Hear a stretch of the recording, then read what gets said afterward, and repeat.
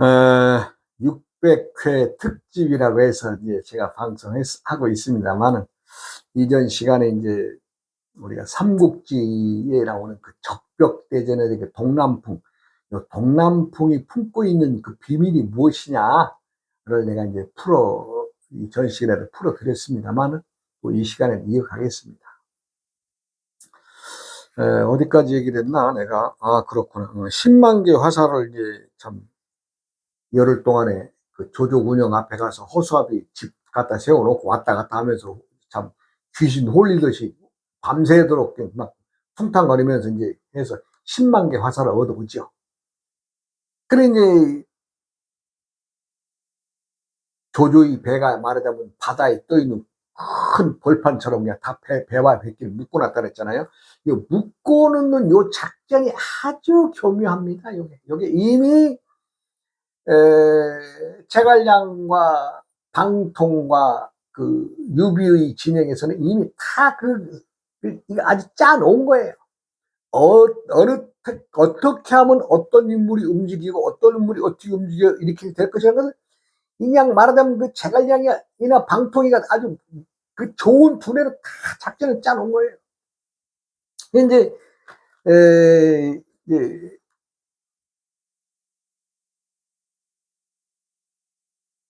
형주를 장악한 조조는 이제 그 장수인 말하자면 조인과 서행에게 말하자면 이제 사령관 자리를 주면서, 형주는 너희들이 지켜라. 그러면서 이제 그 허창인 수도인 도시로 이제 돌아가죠. 그런데 이 손건과 유비의 연합군이 낭군을 쳐들어가니까 조인이 도망을 갑니다. 도망을 가면서 이제 소소한 성과를 이제 연합군이 올리게 되죠. 그러면서 조조의 배들이 물론 그 육군들이니까 바다에서의 싸움이 불리하니까 저 배를 묶어야 될 텐데, 이런 작전을 짜는 거죠. 그러니까 이제 조조는 오나라의 주유는 오나라의 총사령관이죠.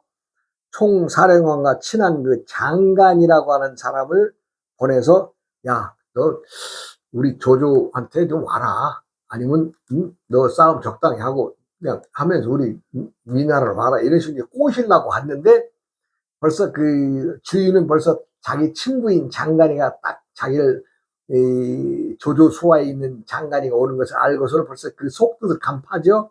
그러면서 뭐 무슨 얘기를 하겠어요? 그러면서 자기가 가짜 편지를 하나 딱 써서 주머니에 반만큼 딱 내밀어 놓고 그냥 거기서 잠들어 버립니다. 그 몸을 뒤적지적 하니까 이 주머니에서 말하자면 이 편지가 빠지겠죠. 그러니까 이제 장관이는 주위가 잠자는 옆에서 이렇게 보니까 뭐가 삐죽 보이거든요. 그러니까 얼씨구나 하고는, 사령관이 주머니에 지니고 있을 만큼의 어떤 서류라면은 이건 대단한 거 아니겠어요? 그러니까 그걸 이제 싹 훔쳐가지고 이제 조조 진영으로 이제 자기 번역으로 내뛰죠. 봤더니 편지의 내용이 채모와 장인이 오나라와 내통하고 있다는 내용이에요. 이거 조조가 딱 이 편지 읽어보니까 뭐야, 이놈들 이거 간첩 행위를 하고 있네. 그냥 바로 그냥 채모와 장인을 죽여버린 거예요. 목을 쳐. 그리고는 조조는 이제 또 군대를 다시 재편해서 이 조인 그 우금과 모계를 대장으로 해서 총사령관을 해서 이제 임명하고, 야 장관아, 너 저번에 가서 주의하고 대화를 못하고 그냥 잠자고 있는데 주머니에서 떨어진 거 편지만 가져오지 않았냐? 야, 요번에 다시 한번 가봐라. 너 친한 친구니까 그래도 뭔가 네가 얘기하면 좀 설득하면 좀 되지 않겠냐? 이렇게 해서 이제 그 장관이 다시 주위를 찾아가죠. 근데 이미 이것이 가짜 편지를 써서 그걸로 이제 뭔가 자기들에게 그 조조의 진행에서 불리한 말을 하는 사람을 제거하기 위해서 이제 채모와 장윤이 이제 그만 오나라하고 이제 내통하고 있다는 거짓 편지를 써서 이게 한가 모두 말하자면 작전이거든요, 작전. 예, 작전. 그런데 장관이가 이제 주유한테 다시 찾아오니까 이제 장관이 이제 그러죠. 야, 이 새끼야, 너랑 나랑 친구인데 세상에 그 기밀 편지를 가지고 그렇게 급하게 도망갔냐, 인마? 너 안 돼, 인마. 그러면서 이제 가둬버리죠. 근데 이제 가둬버렸는데 어때요? 이것도 또 작전이지요. 말하자면 이제 그 도망갈 수 있는 어떤 그 여건을 조금 만들어 주죠. 그렇게 하니까 어떻게 됐어요? 장관이가 도망을 치는데 방통을 만납니다. 방통이를 만나서 얘기를 들어보니까 보통 이게 제주뿐이 아니거든요. 그리고는 이제 방통인을 데리고 말하자면 이제 주유를 설득하지 못하고 주의가 죽이겠다 하면서 가둬버리니까 도망 나오면서 방통인을 만나서 조조한테 데리고 갑니다. 데리고 가서 쫙 설명을 하니까 방통이 딱 가서 이제 조조의 군사 대부분은 육지에서 싸우는 육군들인데 배멀미가 심하고 또 기후 악화로 인해서 풍토병이 일어나고 말하자면 그 진영 내에 사람들이 많으니까 이런 것들을 막기 위해서는 배와 뱃길이 서로 고리를 걸어 연결하고 위에다 합판을 쫙 깔면 이거 뭐 평지에서 말 달리듯이 그냥 싸우면 되지 않습니까? 이렇게 안 하려니까 조조가 망설이죠. 그러면서 조조는 서서의 눈치를 딱 봅니다. 왜? 서서란 사람이 지략이 뛰어난 사람이죠. 즉 방통, 서서, 제갈량 이 한 스승 밑에 배운 제자들 아니에요? 근데 서서가 거기서 말을 뻥끗 하면 연한계가 빵꾸가 나는 거죠. 그러나 서서는 그냥 침묵으로 일관합니다. 벌써 알아차린 거지. 방통이가 와서 딱 그 얘기할 때는. 예. 얼마만큼 세월이 떨어져서 있었다라고 하더라도 벌써 하면 쩍 하면 뭐 다 아는 거죠. 그러니까 서서는 말하지 않음으로 유비를 도와주는 거죠. 또 오나라를 도와주는 거죠. 그렇게 해서 연한계가 성공을 합니다. 그러니까 오나라의 주인은 해군과 육군을 분리해서 해군은 한당이라고 하는 장수한테 일대를 맡깁니다. 이제 우리를 말하자면 뭐 1대대, 2대대, 3대대 하는 식으로 1대대에 300척의 군인을 300척의 배를 주면서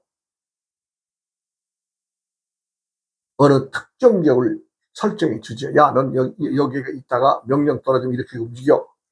그리고 주대라고 하는 사람을 해군 장교로 임명해서 역시 또 300척을 주면서 조조군에 너는 어느 부위를 맡아. 그 다음에 장흥이라고 하는 사람에게도 300척을 주면서 너는 어디를 방어하고 이럴 때 공격해.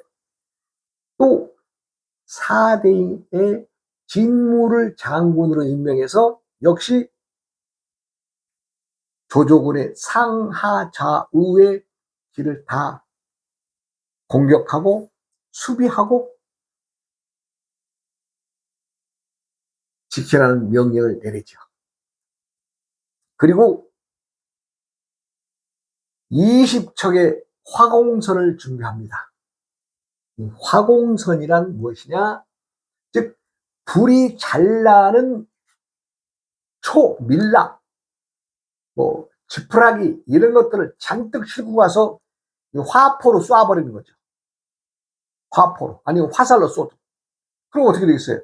화살 쪽 끝에 밀랍을 발라서 불을 붙여 당기면 그 불덩어리가 거기 떨어지면서 꺼지는 게 아니라 밀랍이 녹으면서 불이 나니까. 그렇게 해서 화공선을 또 20척을 준비를 합니다.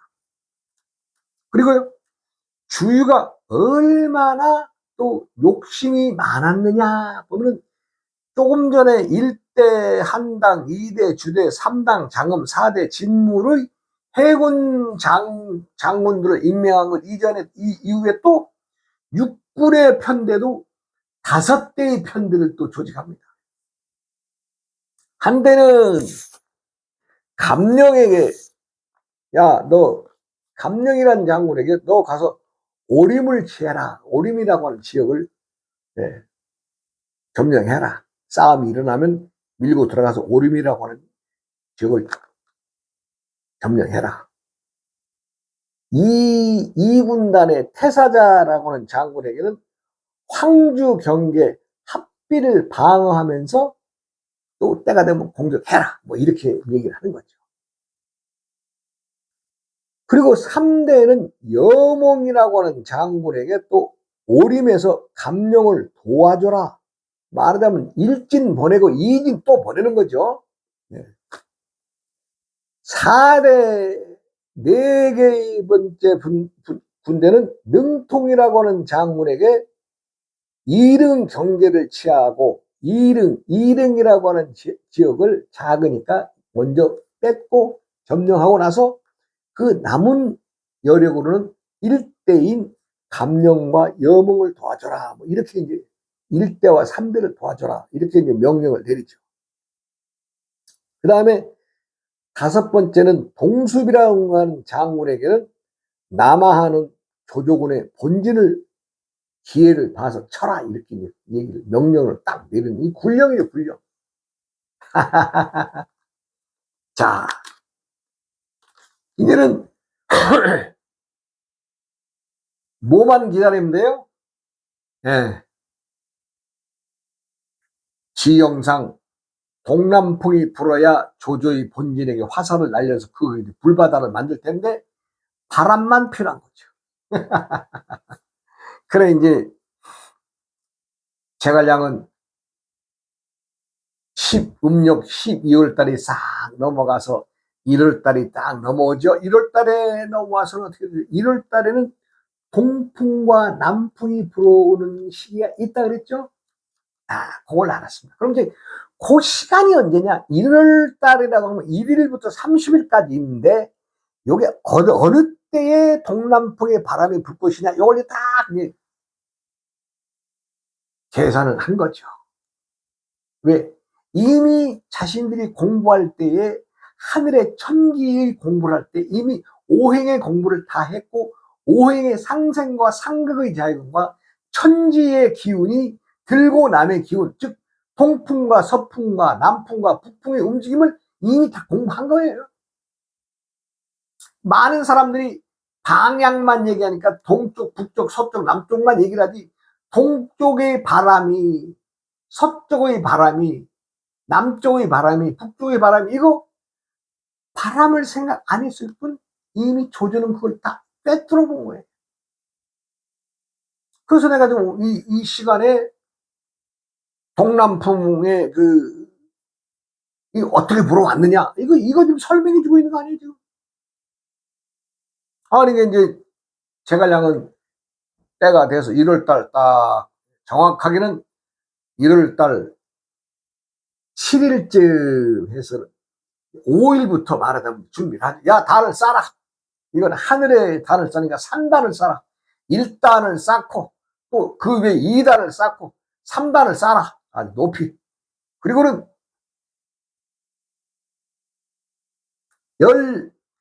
15살 전후에 남자아이 둘, 여자아이 둘을 각각의 방향에 세워라. 세우는 거 다 폼내는 거죠. 그거 뭐 다, 그거 있어요. 그래도 뭔가 신비스럽게 보여야 됩니다. 그렇게 하고 3단에는 동남, 동료 4명을 딱 주퉁이 세워서 말하자면 이제 또 몇 시간 기도하는 것처럼 하다가 안 되면 또 다른 또 애들 교대해가지고 무조건 항상 요 네 방의 방향을 지켜야 된다. 이렇게 해가지고 중앙에는 멋있는 뭐 깃발 같은 거 글자 써가지고 세워놓죠. 그리고 제가 보면 뭐 거기 올라가서 뭐 죽장 기도할 일이 있어요. 그냥 술 먹고 자는 거죠. 그리고 2단에도 역시 또 이쁜 남자 여자들을 또 야 10명씩 이렇게 해서 딱 40명을 세워라. 1단에는 그렇게 또 사람들 세워 말하자면 웅장한 남들이 봤을 때는 어마어마한 단을 세웁니다. 자 이제 시간이 점점 가는데 단에 올라가기 전에 주위한테 말합니다. 천기의 움직임은 한치의 흐트러짐도 없어야 되기 때문에 내 기도가 하늘에 닿아서 바람이 바뀌면 내가 저 중앙에 있는 깃대를 흔들 것입니다. 흔들면 바람이 바뀌는 줄 알고 지체 없이 공격하십시오. 이렇게 약속을 하죠. 근데 이제 주인은 군사들한테 시킵니다. 야, 저 중앙에 깃발이 움직이는 거 봐라. 그 뭐 이제 뭐 제갈량은 뭐 거기서 뭐 할 일이 있어요. 그냥 야, 술 좀 더 올려라 해가지고 술 먹고 자고 이러다가 이제 딱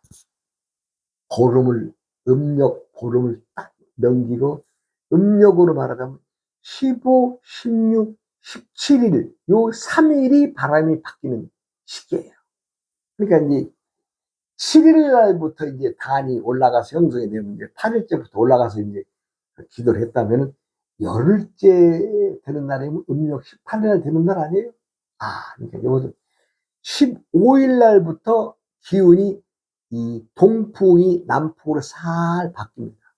그리고 그 바람이 좀 더 세게 불어야 되겠죠?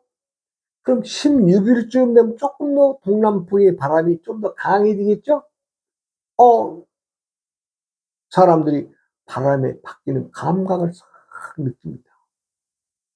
그럼 17일 날이 되고 18일 날이 되면 최고조의 동남풍이 불었다가 그 바람이 다시 싹 제절풍인 북풍으로 바뀌거든요. 그러니까요. 음력으로 말하면 16, 17, 17일 날, 18일 날 그 사이가 가장 바람이 동남풍이 세다는 것을 알고 있는 말하자면 17일 날 깃발을 흔들죠. 그러니까 사람들이 봐도 바람이 바뀌었거든. 네. 우리가 이제 평상시의 바람도 낮에는 육지에서 산으로 바람이 올라갑니다. 그럼 밤에는 어떻게 돼요? 반대로 산에서 바람이 내려옵니다. 왜? 낮에는 땅의 지혈을 받아서 이 찬 기운이 바람을 몰고 올라갔지만 저녁이 되면 찬 기운이 바닥을 쓸고 내려옵니다. 이와 마찬가지로 하루에도 끊임없이 바람이 바뀌는데 과연 바람은 부는데 방향이 바뀌느냐? 즉 북서풍의 방향이 동남풍의 방향이 바로 바뀌냐? 이것은 하늘의 기운인 음력 정월달에 들어있는 무병갑의 기운이 이제 제1을 하는 때가 언제냐? 요거는 이제 간파해야 됩니다. 그 3일 길지도 않아요. 그러니까 음력 15일 지나서 16, 17, 18일쯤엔 이 바람이 바뀌는 것을 제갈공명은 이미 1005행을 배울 때 이미 딱 머릿속에 입력해 놓은 거예요. 그러니까 이제 간을 쌓고 폼 잡고 이제 다 가서 잠자면서 한 열흘, 일주일 지나면서 싹 바람이 바뀌고 그리고 이제 17일 날 깃발을 흔들어 대지. 야, 지금부터 시작해라. 지금부터 딱 하루 시간이다. 그러니까 주유 군대가 들인 화공으로 이제 화공선이 가서 먼저 치고, 예. 그리고 육지는 육지대로 쳐들어가고. 당시 전쟁이 이제 얼마나 처참했느냐 그러면 조조의 군대가 살아나간 자들이 불과 100만 군대가 불과 몇만이라고 합니다. 몇만이 고향의 길로 찾아나갔다 그런 얘기 해요. 자, 그런데 제갈량이는 이제 다 깃발 흔들어주고 주유와 전부 다 전쟁터 갈 때 제갈량이는 싹 배 한 척을 미리 준비해 놨던 배를 타고 유비가 있는 하구로 돌아가죠. 왜요? 주유가 지금 당장에 죽이지 않지만 주유가 제갈량을 죽이려고 하죠. 왜?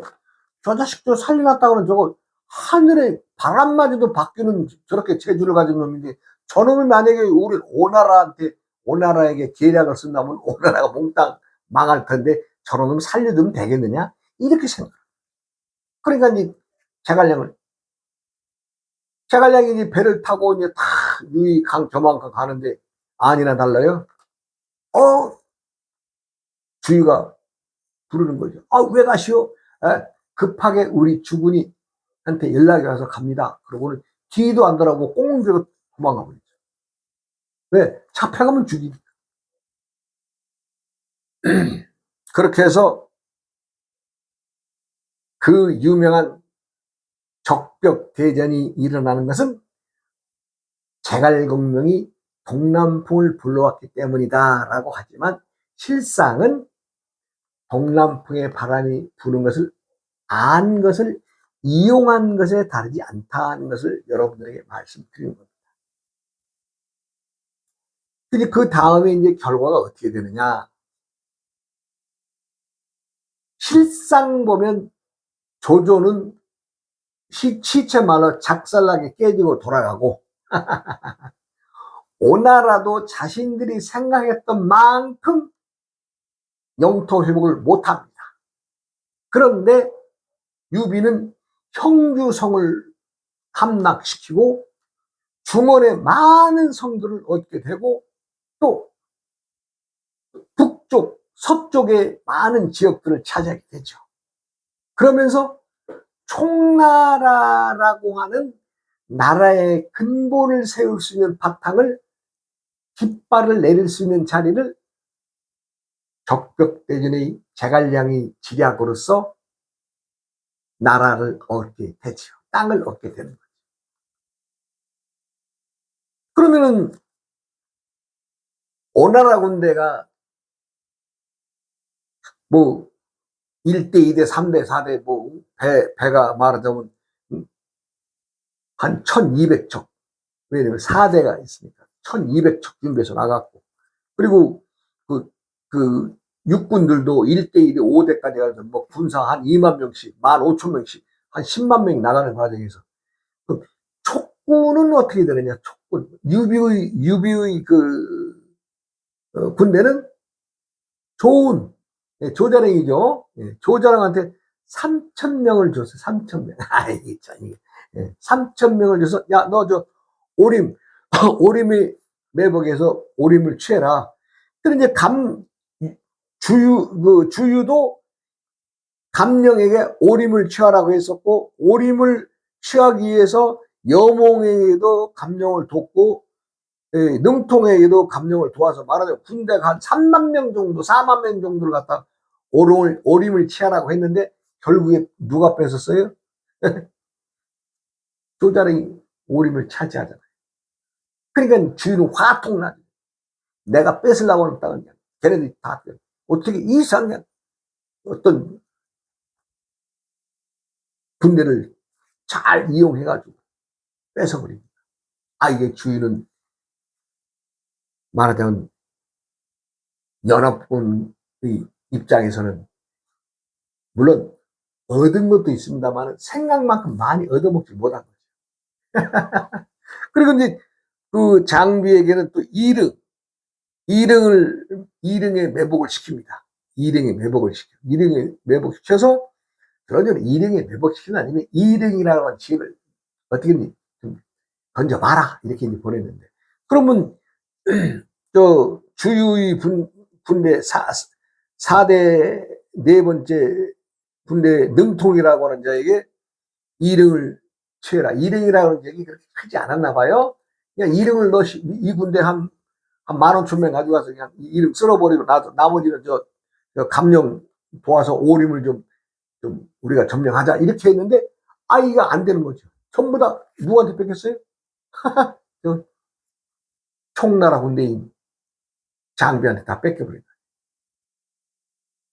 그리고 이제 관원장에게는 이제 퇴로 차단해서 본진이 이제 치고 들어간다 해가지고 형주를 공격해버렸잖아요. 그래서 어찌 보면은 적벽대전에서의 제갈량의 머리는 그 연합군과 상대하는 조조군들의 그 움직임을 이미 읽고 나서 어떻게 우리가 해야 될 것인가? 아니, 방통도 역시 자기의 할 일을 또 다 해서 패를 묶어버리잖아. 그 듣기에 따라서는 얼마나 좋은 말이에요. 육지의 군대들이 판자에서 그냥 판자 깔아놓은 그 아주 좋은 곳에서 쳐들어오는 군인 무찌른다고 얼마나 잘하겠어요. 그런데 그래졌나요? 화공으로 갖다 와버리니까 다 도망가야 돼. 도망가기 바빴죠. 그런데 거기에서 서서라고 하는 인물이 또 조조의 편에 들지 않고 아무 말도 안 하잖아요. 왜? 입 뻥끗하면 안 되니까. 해도 안 되고 해도 안 되니까. 왜? 해도 유비에게 화가 갈 것이고 해도 화가 갈 것이니 조용히 침묵으로 일관했기 때문에 연원계가 성립이 되고, 또 제갈공명은 각자가 맡은 일들을 잘 할 것이라고 하는 걸 알고 작전을 과감하게 짠 거 아니에요. 그리고 주유가 반대했지만은 노숙이라고 하는 사람이 또 선건 밑에 노숙이라고 하는 분이 더 줘서 제갈공명의 뜻을 펼 수 있었습니다.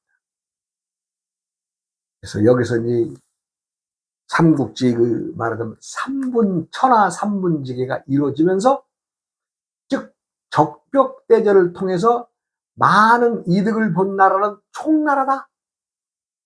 중원을 차지했고 또 양자강 북부 쪽에 많은 땅들을 또 차지하게 되고, 뭔가 이제는 위나라의 조조와 오나라의 손공과 한번 맞짱 떠볼 만큼의 큰 영토와 군인들을 확보하게 된 거죠. 그것은 누가 만들었어요? 제갈공명이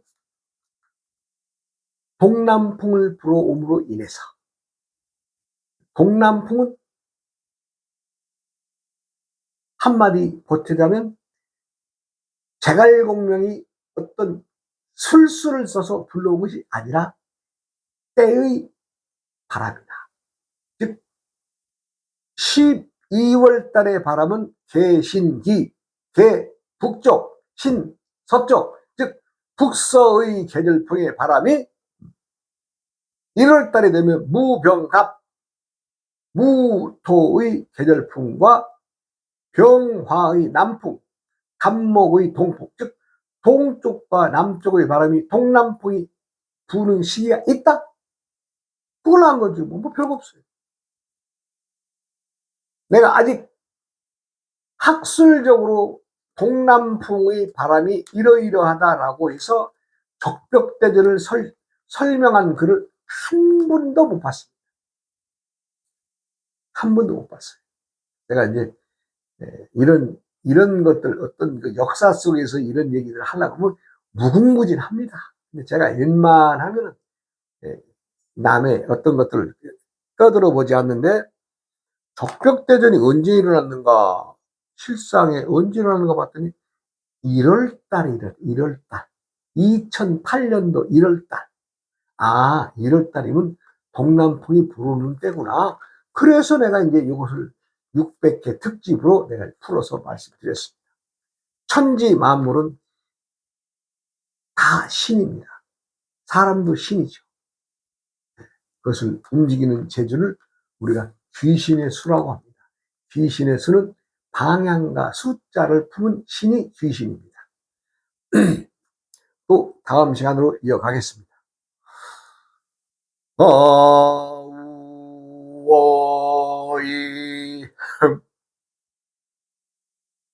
우이야